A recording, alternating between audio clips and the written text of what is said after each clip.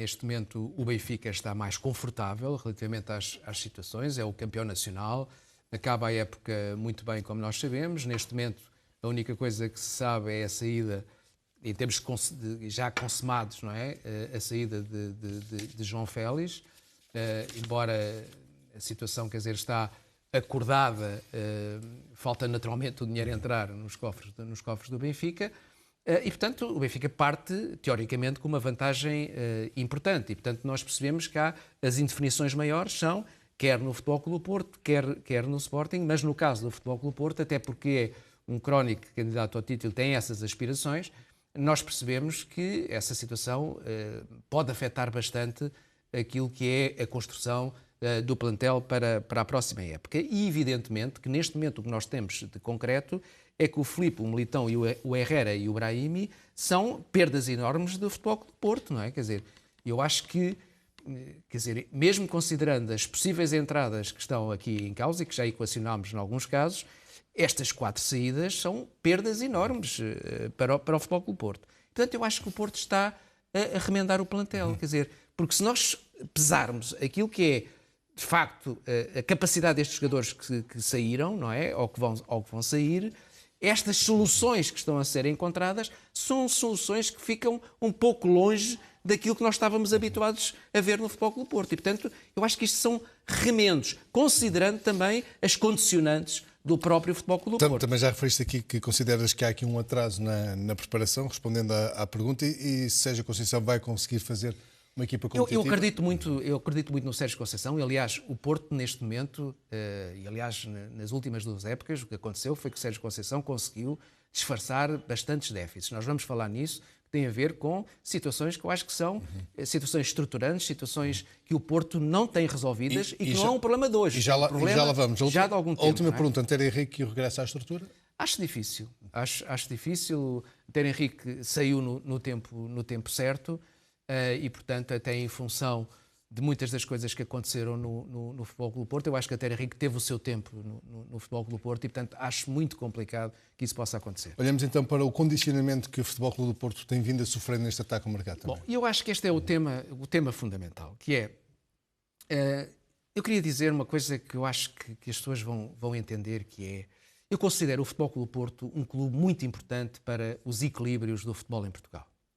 O Futebol Clube do Porto tem um papel que é um papel crucial em termos de termos uma liga competitiva no seu topo, e para termos uma competitiva no seu topo, digamos que a polarização, digamos, o maior poder, a maior capacidade de resposta de um único emblema pode ser interessante na ótica dos adeptos, mas não é boa, não é positiva para a saúde da nossa liga e da nossa indústria em termos globais, e, portanto, eu queria dizer até, não apenas por razões geográficas, em que, como nós sabemos, há uma vitalidade maior dos clubes do litoral em relação ao interior, mas fundamentalmente por aquilo que pode pesar em termos desse equilíbrio um Porto forte, que eu quero dizer que desejo, e acho que devemos todos desejar, o não enfraquecimento de clubes como o Porto, como o Sporting e outros, e desejar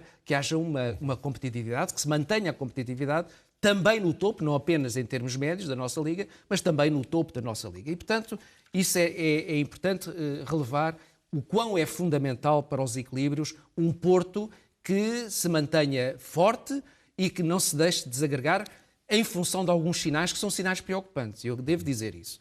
Agora, eu acho que o Porto está numa encruzilhada, como está ali a encruzilhada do Futebol Clube do Porto. O Porto está numa encruzilhada. E está numa encruzilhada em função de algumas apostas feitas ou não feitas no passado, que não é num passado recente. Eu acho que tem havido sinais, e daí a importância que eu dei ao Sérgio Conceição, em termos de um treinador que conseguiu introduzir uma nova lógica em termos de competitividade, agarrou, digamos, a equipa do Futebol Clube do Porto e deu-lhe essa competitividade, e, portanto, eu não esqueço esse contributo, mas o Porto tem demasiados déficits. E, portanto, eu, do meu ponto de vista, o principal problema do Porto é de gestão, que fique claro, é um problema de gestão. O Porto tem falhado, a questão, já vamos ao fair play financeiro, a questão do fair play financeiro é uma questão de gestão, de déficit de gestão. Não tínhamos dúvidas sobre isso. E, portanto, a dívida não está controlada, e, por exemplo, para termos uma noção, o Porto neste momento tem um passivo superior ao do Benfica. Portanto, isso também é um sinal de que, em termos de gestão, não foram dados os passos suficientes para que o Porto estivesse, neste momento, numa situação de alguma tranquilidade. E o facto de estar debaixo do fair play financeiro, obviamente, que diz muito sobre aquilo que está a acontecer. E, portanto, eu acho que o Porto corre o risco de ficar para trás. É bom termos a noção, os adeptos do Porto, os sócios do Porto, perceberem que não vale a pena olharem apenas para fora.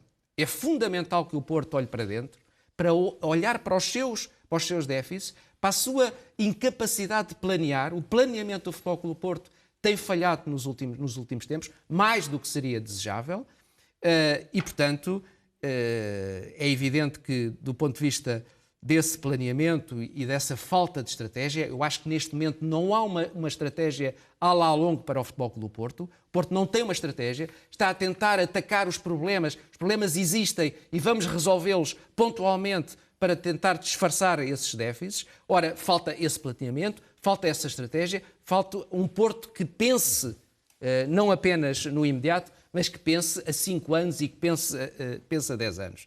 E, portanto, neste sentido e neste xadrez, digamos assim, a perda do Jorge Mendes foi uma perda fundamental. Nós não nos podemos esquecer que o Jorge Mendes alavancou um conjunto de transferências que tiveram a ver com o Falcão, com o próprio Jackson Martínez. Estamos a falar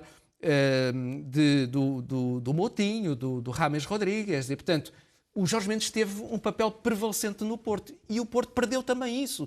E, portanto, nesses déficits temos também a enquadrar alguns pormenores que têm a ver com a alavanca que isso constituiu para o seu principal rival, que é o Benfica, e para aquilo que constituiu numa maior fraqueza do próprio Futebol Clube do Porto. E, portanto, eu acho que houve um momento em que o Porto concentrou, digamos, a sua forma de agir em termos daquilo que eram as denúncias feitas em relação ao Benfica.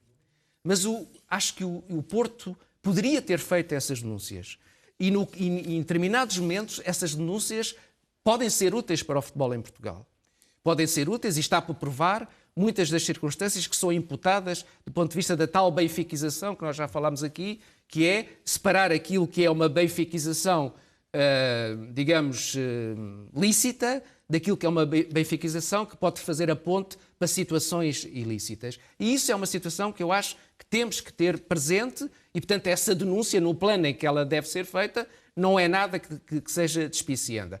É obviamente que nós já percebemos que o Porto cometeu, digamos, alguns abusos, com a truncagem de 2 e-mails, é preciso também ter a noção da quantidade, mas em termos daquilo que é um procedimento grave e nós não podemos deixar de sublinhar isso, mas eu acho que às denúncias sobre o Benfica faltou juntar reformas.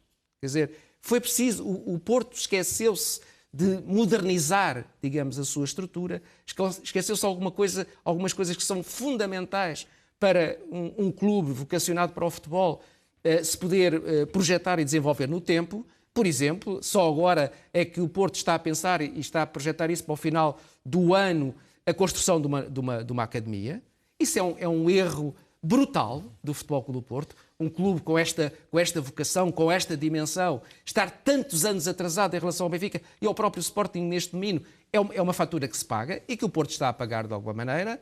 Evidentemente que esta conquista do Europeu de Sub-19 pode mitigar aqui um pouco, mas do ponto de vista estruturante é uma pecha muito grande e, portanto, é uma fraqueza que o Porto tem.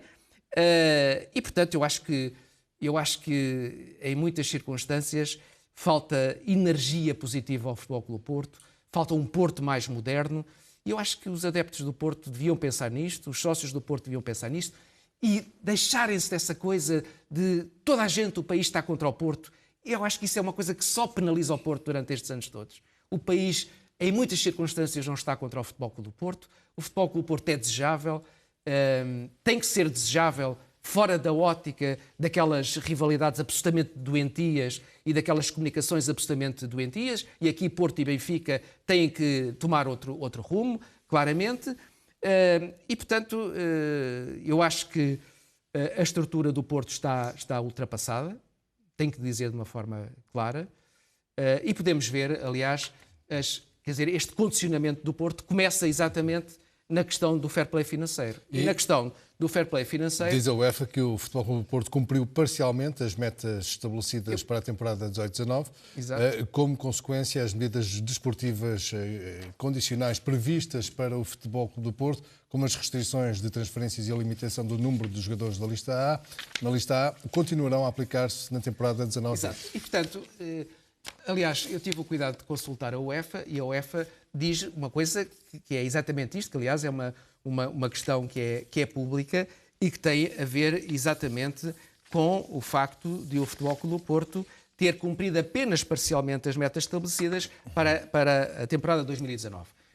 Para os telespectadores perceberem, o que é que esteve aqui em causa para o Futebol Clube do Porto ter caído no fair play financeiro? O incumprimento em 2017 relativamente às metas que eram propostas pela própria UEFA. Um acordo assinado em junho de 2017, em que ficou claro o que é que o Porto teria que fazer junto da UEFA para ultrapassar esta situação. E este acordo abrange as épocas 17-18, 18-19, 19-20 e 20-21. O que é que está aqui em causa? Limitar o custo agregado das despesas de benefícios de funcionários, alcançar o resultado definido das atividades de transferências e limitação de registar jogadores recém-contratados. Agora, do ponto de vista exatamente daquilo que são alguns pilares que eu penso que é preciso o Porto mudar o mais rapidamente possível, temos algumas situações que importa perceber. Desde logo no futebol.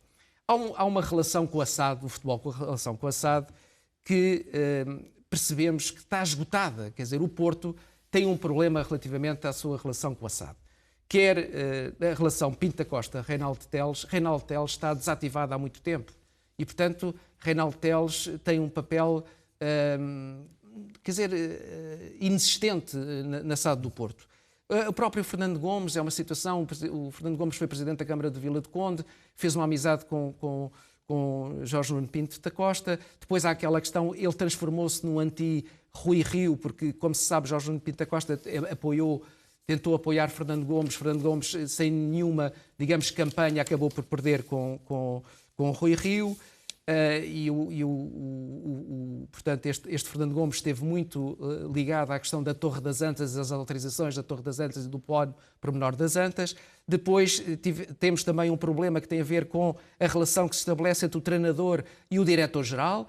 É claramente uma situação de uma relação muito difícil. Sérgio Conceição, Luís Gonçalves, tem um problema de comunicação. O próprio treinador do Futebol Clube do Porto tem uma situação com o diretor de comunicação, que é uma relação também muito complicada com Francisco J. Marques, e, portanto, desse ponto de vista, eles estão absolutamente desligados. E depois temos a questão das claques, em que Pinto da Costa, claramente, está muito dependente de Fernando Madureira. Fernando Madureira tem um papel, ele lida como quer no Futebol Clube do Porto. É um poder efetivo no Futebol Clube do Porto e Pinto da Costa não consegue sair dessa questão. Depois, eu penso que há, na verdade, uma questão que tem a ver com o futuro do Futebol Clube do Porto. E eu acho que, eu tenho que dizer de uma forma clara, o Porto precisa da visão moderna, por exemplo, de André Vilas-Boas.